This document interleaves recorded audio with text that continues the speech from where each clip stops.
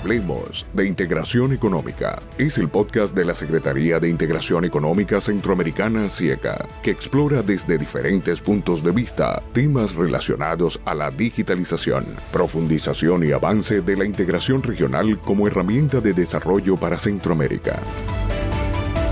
La tercera temporada de Hablemos de Integración Económica explora a través de los distintos ejes transversales de la SIECA, estructuras digitales y logísticas para la facilitación de operaciones de comercio en la región.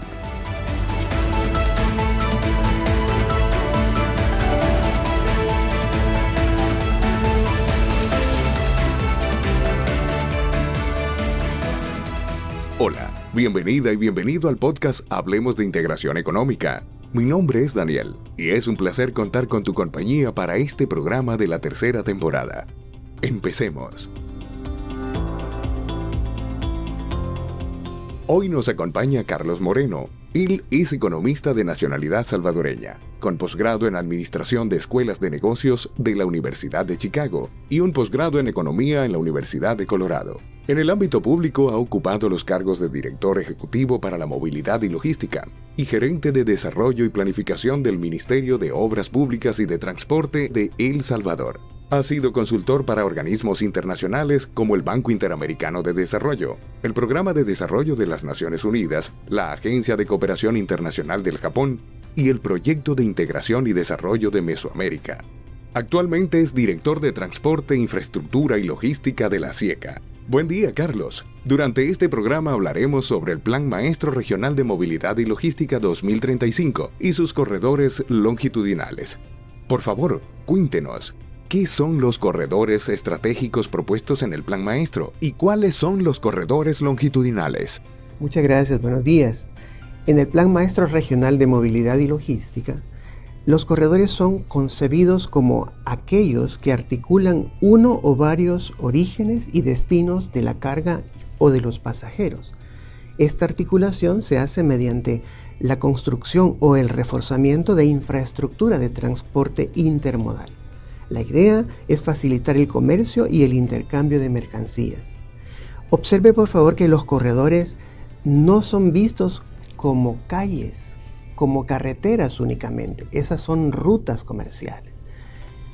Ni siquiera son vistos como corredores logísticos, en los cuales las calles tienen servicios adicionales de transporte, de movilización de carga, de trazabilidad de la carga. No son únicamente eso.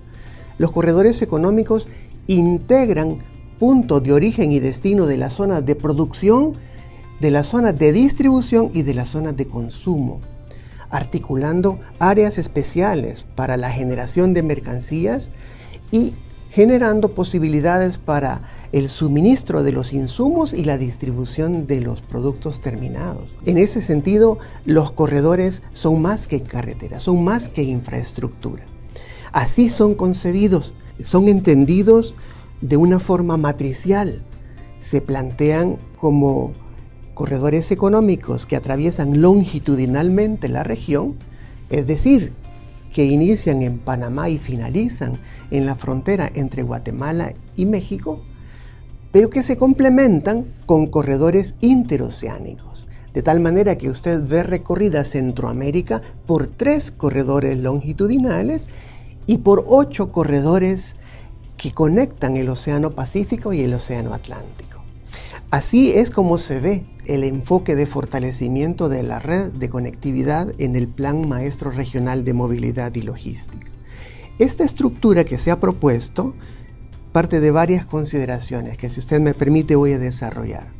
Uno es la lógica del mercado regional y los encadenamientos de valor que se desarrollan dentro de Centroamérica. La idea es que las conexiones que Centroamérica tiene con el mundo y consigo misma se vean potenciados con el desarrollo de esta red de carreteras y con esta red de servicios de transporte y de logística, ¿verdad? Ustedes saben que Centroamérica abastece como primer socio comercial a los Estados Unidos. Estados Unidos es el más importante comprador de nuestras exportaciones. Por lo tanto, La idea de estos corredores es robustecer la movilización de la carga desde el interior de los países hacia el mercado norteamericano, pasando por México y llegando a los Estados Unidos. Así es que todo esto se articula con base en una lógica de mercado, atender los mercados más importantes por el lado de Norteamérica y por supuesto con los socios comerciales que se tiene en la zona del Atlántico, hacia la costa este de los Estados Unidos y la Unión Europea, y hacia el Pacífico, a las economías de China, Japón y Corea. Así es que está pensado para atender los mercados más importantes de los productos centroamericanos. En segundo lugar, busca la interconectividad regional. ¿Sí? Usted sabe que hay áreas de Centroamérica que no están articulados con las zonas de producción, distribución y consumo dentro de la misma Centroamérica. Pues se busca promover un desarrollo equitativo de los países y zonas que actualmente están desarticuladas del resto de la red centroamericana se pretenden integrar y se pretende generar condiciones para lograr un mejor desarrollo en esas áreas que hoy por hoy están aisladas de la red de conectividad centroamericana, ¿verdad? Y la tercera de las bases para el desarrollo de esta estructura es el hecho de que nosotros necesitamos proteger la conectividad de los riesgos de los desastres. Sí, actualmente 95% de toda la carga que circula dentro de Centroamérica lo hace a través de carreteras. Específicamente lo hace a través del llamado Corredor del Pacífico. Pues resulta ser que ese corredor se encuentra ubicado en uno de los puntos más vulnerables del mundo. La región centroamericana es, por su ubicación, por sus condiciones geográficas, afectada por toda clase de desastres naturales, terremotos, inundaciones, lluvias copiosas, sequías, y esas afectan sobre todo la ruta trazada en ese corredor pacífico. Entonces, de lo que se trata es de desarrollar una red de conectividad que permita generar resiliencia ante esa situación de riesgo. En ese sentido, se ha planteado, paralelamente al reforzamiento del corredor pacífico, un corredor interior que viene a ser una ruta redundante. Y la redundancia permitirá que en caso de desastres, en caso de interrupción en la movilización de la carga por el corredor pacífico, Centroamérica cuente con un corredor adicional. Es lo que hemos llamado el corredor interior. Y esto se complementa también con un tercer corredor longitudinal que se conoce como el corredor panamericano.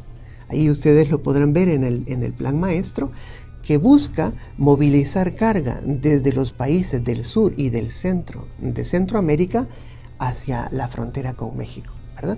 En estos desarrollos de corredores estamos tratando de complementar los diferentes modos de transporte, de tal manera que no únicamente se dependa de la movilización de carga por vía terrestre en carretera.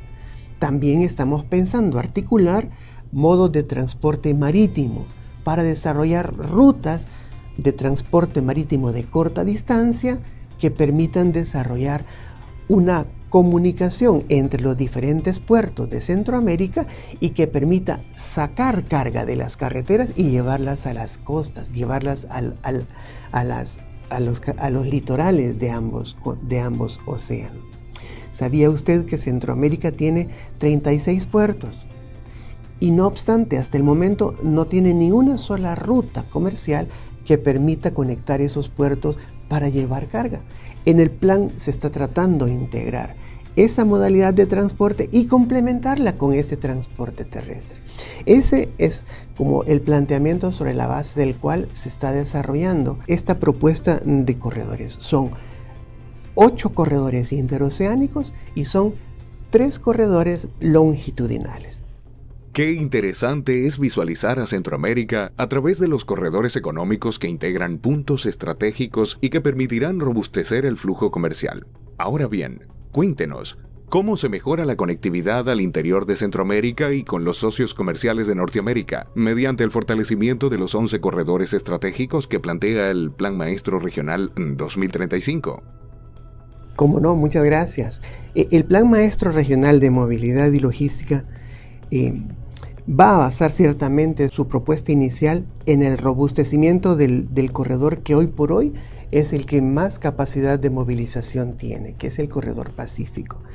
Le comento que este corredor une desde el Canal de Panamá hasta la frontera de Guatemala con México en Tecún-Umán, ¿verdad? Es un gran corredor que permite articular las cadenas que están mapeadas en materia de productos estratégicos. La idea es que se robustezcan las capacidades de producción y distribución de productos que son considerados como estratégicos por poseer ventajas comparativas reveladas para la región.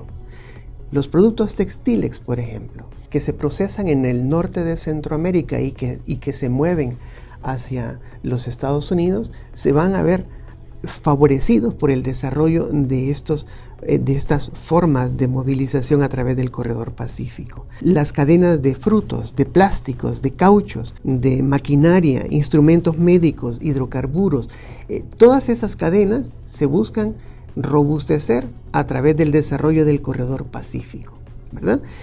La idea será entonces atender los 2.181 kilómetros que mide este corredor y ampliar determinados tramos de carretera que resultan ser insuficientes para mover esas cadenas que acabo de mencionar.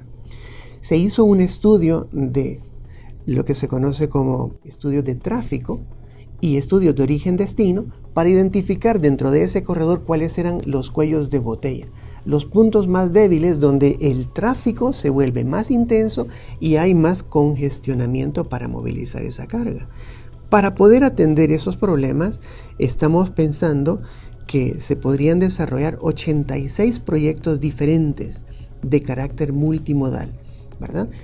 Que contempla desde desarrollos ferroviarios, desde ampliación de puertos, terminales de contenedores o terminales de graneles agrícolas, hasta ampliación de aeropuertos para constituirlos en puntos de movilización de carga, además de movilización de pasajeros.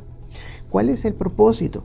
El propósito es aprovechar toda la infraestructura instalada en materia marítima. Ya le dije que son 36 puertos los que actualmente tenemos y 4 terminales especializadas de alta mar.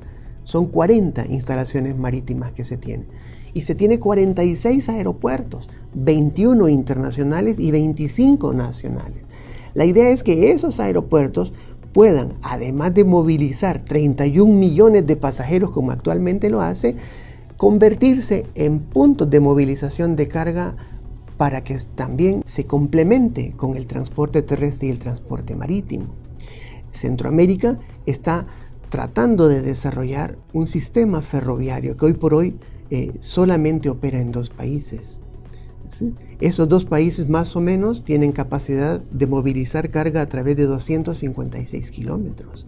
Pero la idea es crear una red ferroviaria que nos permita en algún momento, en un futuro cercano o en un futuro de largo plazo, no lo sé, pero mover carga desde Panamá hacia los Estados Unidos, atravesando Centroamérica por tren y llevándola hacia México. Esa es la idea. Y por eso es que se están planteando estos corredores que, le decía anteriormente, arrastran carga, llevan carga desde toda Centroamérica hacia las 3 fronteras que se están considerando en el punto fronterizo entre Guatemala y México. Estas 3 son La Mesilla, son El Ceibo y son Tecún-Umán. Cada uno de estos 3 corredores longitudinales desemboca en alguno de estos puntos fronterizos y de ahí la idea es que puedan ir a conectarse con los puntos de distribución más importantes en México. México tiene un canal que actualmente está consolidándose, que es el del Istmo de Tehuantepec, que conecta desde Coatzacoalcos en el Golfo de México hasta Salina Cruz en el Océano Pacífico. Y la idea entonces es llevar carga desde Centroamérica hacia esos puntos y desde ahí distribuirlo hacia todas las ciudades de distribución importantes en los Estados Unidos y en los puertos del Pacífico. Ese es un poco el propósito. Y para ello dije, el corredor Pacífico va a tratar de robustecer 2.181 kilómetros. El corredor interior regional va a partir desde Chiriquí, Ciudad David, allá en Panamá, va a salir al Océano Atlántico y de ahí va a entrar por la zona de Centroamérica interior, alejada de la costa, tratando de evitar esa vulnerabilidad de la que ya les hablaba y tratando de generar redundancia para que en caso de que haya suspensión del comercio en el corredor pacífico, se pueda atender la movilización por este canal alternativo. Este es un canal un poco más grande. En el sentido longitudinal recorrería 2.400 kilómetros. Para robustecerlo, para fortalecerlo, se está pensando echar a andar 66 proyectos, ¿verdad? Y generar, como dije, una ruta más alejada del litoral pacífico, recorriendo toda la parte central del istmo. Y en tercer lugar, el corredor panamericano.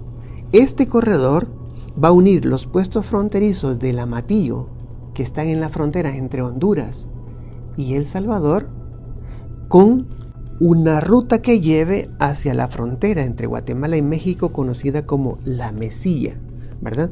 Aquí la idea es seguir la ruta panamericana de la CA1. Esta ruta tiene 793 kilómetros, sí, dicho sea de paso, ¿verdad?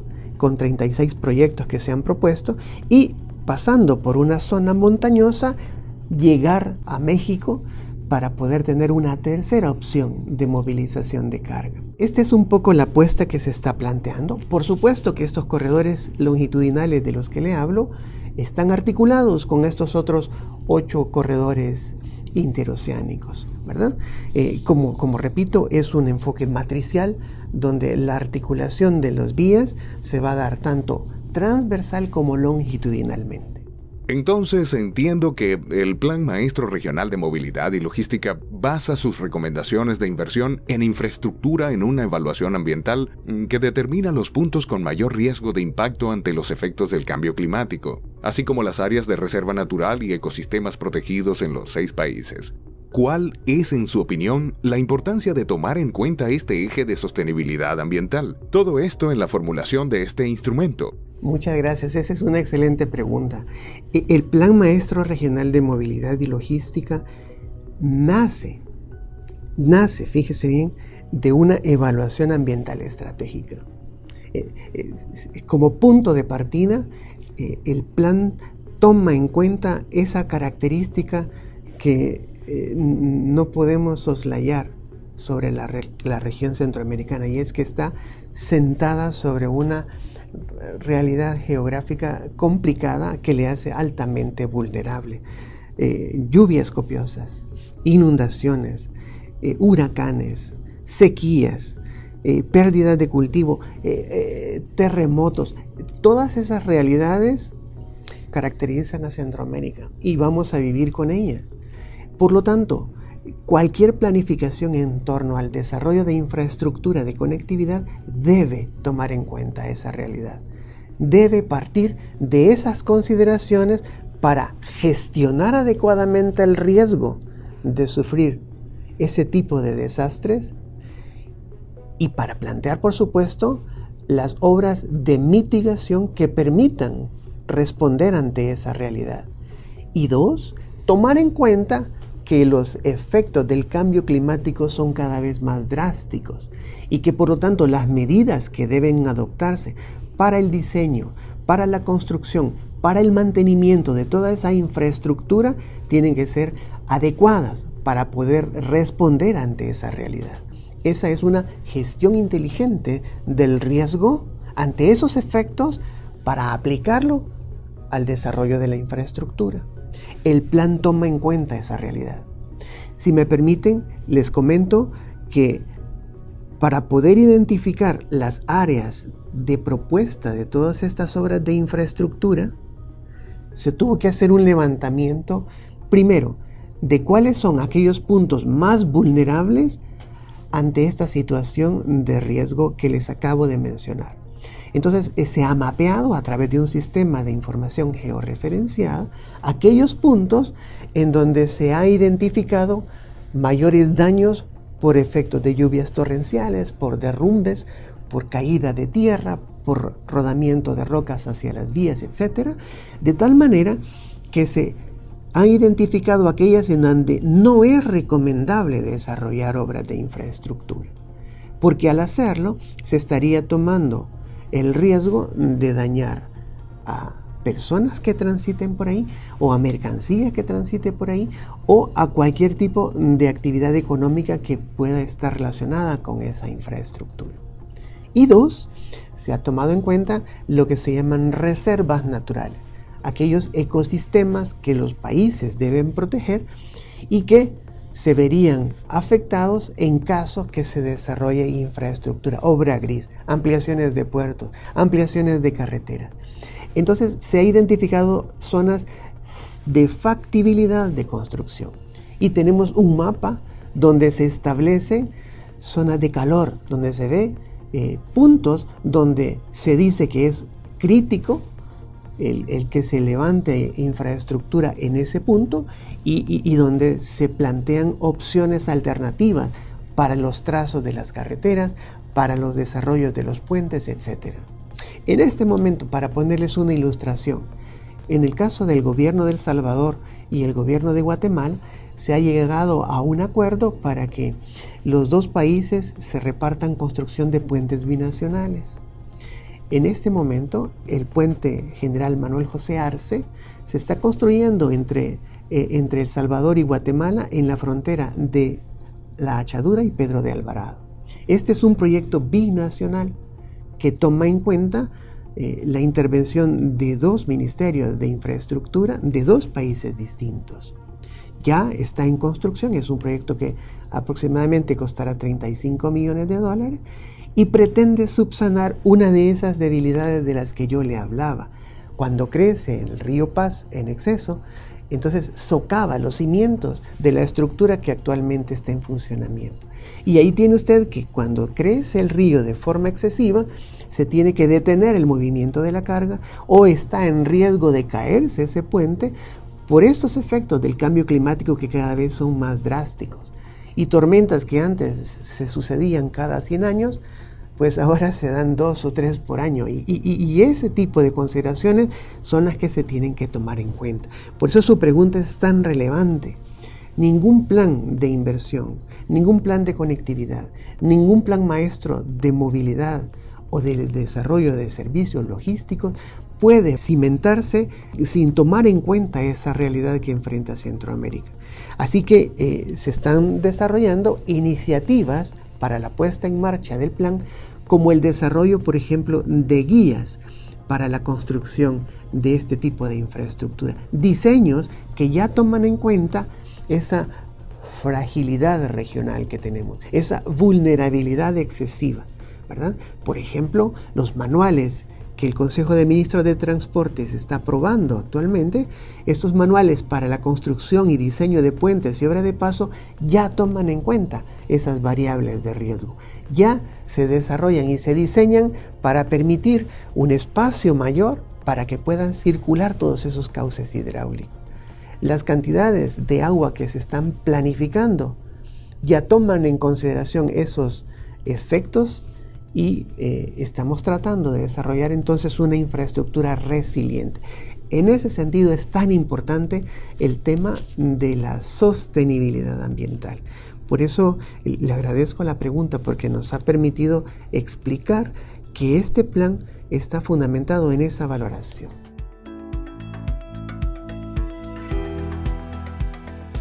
Muchísimas gracias, Carlos. Finalmente, quisiera solicitarle algunas recomendaciones sobre el Plan Maestro Regional de Movilidad y Logística. Y aprovecho a consultarle. ¿Dónde podemos encontrar una versión digital de tan importante propuesta regional? Muchas gracias. El Plan Maestro Regional de Movilidad y Logística es una propuesta novedosa.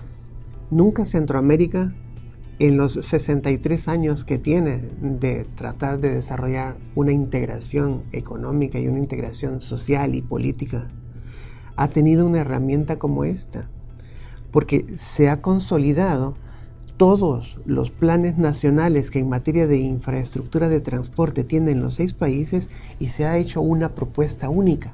Aquí se integran tanto proyectos nacionales, proyectos binacionales como el que les mencionaba de los puentes en los puestos fronterizos, y proyectos regionales que atañen a los 6 países. Esa visión integrada permita que Centroamérica se venda al mundo como una región que planifica para el futuro, buscando complementariedades y buscando especializaciones en cuanto a todas esas instalaciones que cuentan ya, que se tienen disponibles en materia de transporte.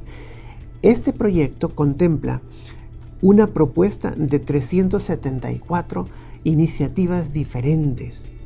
Fíjese que acá se está pensando en este conjunto de 374 proyectos en propuestas tanto de desarrollo de infraestructura como en mejoras en materia regulatoria. En las iniciativas que se contemplan hay adecuaciones, por ejemplo, de los manuales de pesos y dimensiones para el transporte de carga, por ejemplo. En estos 374 proyectos se contemplan iniciativas como el levantamiento del inventario del estado físico de toda la infraestructura terrestre en Centroamérica, porque usted no puede priorizar proyectos si no sabe cuáles son los tramos que ameritan una modificación estructural. Se está basando en un diagnóstico del estado de los puentes y de las obras de paso, para que usted defina cuáles de esos puentes requieren modificaciones estructurales o cuáles solo requieren mantenimiento. El plan maestro contempla todo eso. No es solo propuestas de proyectos de infraestructura, sino además de normativa, de reglamentación, de fortalecimiento institucional y, finalmente, una propuesta de mecanismos alternativos para financiar esos proyectos. Toma en cuenta las sensibilidades fiscales que tienen todos los países y la posibilidad real que tienen para endeudarse a través de emisión de deuda soberana o la limitación que enfrentan para recurrir a ese mecanismo. Y en ese sentido hace propuestas alternativas basadas en mejores prácticas para poder financiar estos proyectos de inversión. A socios público-privados, inversiones privadas para complementar los aportes públicos, reciclaje de activos fijos, etc. No únicamente entonces presenta la cartera de proyectos, sino que está ofreciendo opciones para que los gobiernos decidan de forma soberana y de forma independiente cómo se va a financiar esos proyectos. En ese sentido, el plan maestro no tiene un carácter vinculante, sino es más bien indicativo. Si me permiten la expresión metafórica, viene a ser como un menú de opciones. ¿Sí? Se ha identificado cuáles son los proyectos que fortalecerían la red de conectividad y se le presenta a los gobiernos para que escojan. ¿Quiere desarrollar el corredor pacífico? Pues aquí están los proyectos para que usted lo haga.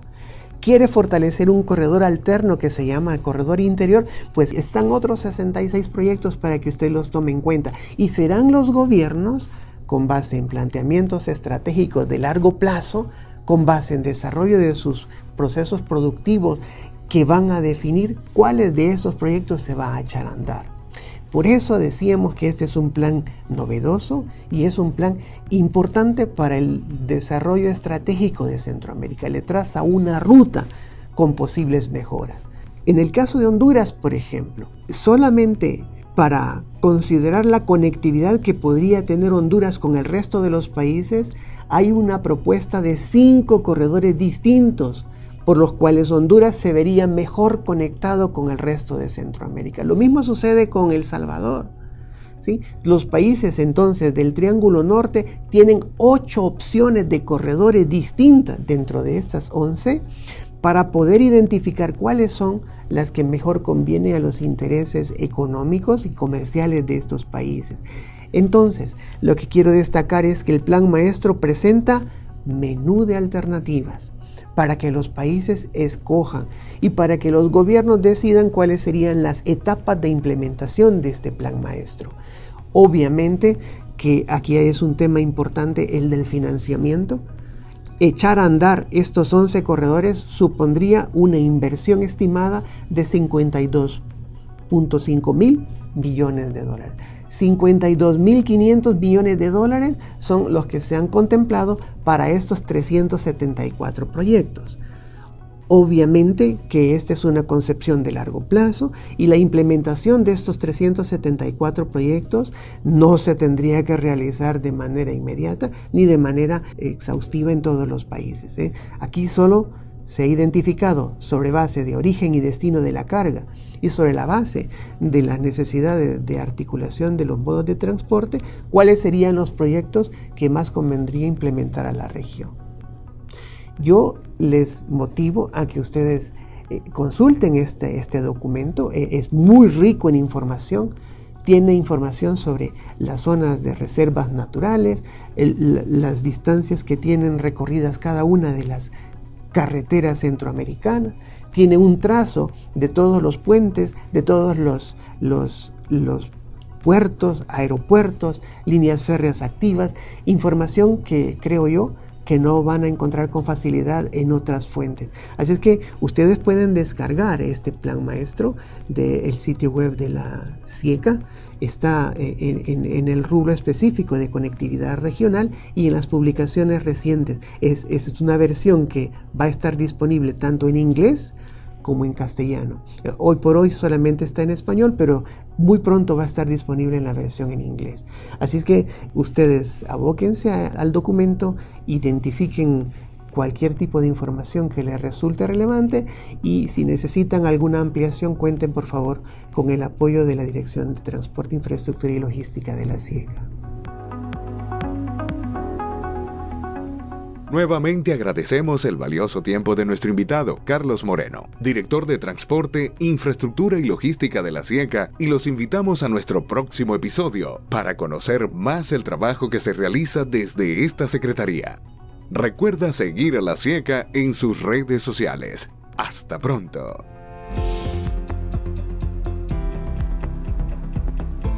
Este programa es auspiciado por la Unión Europea.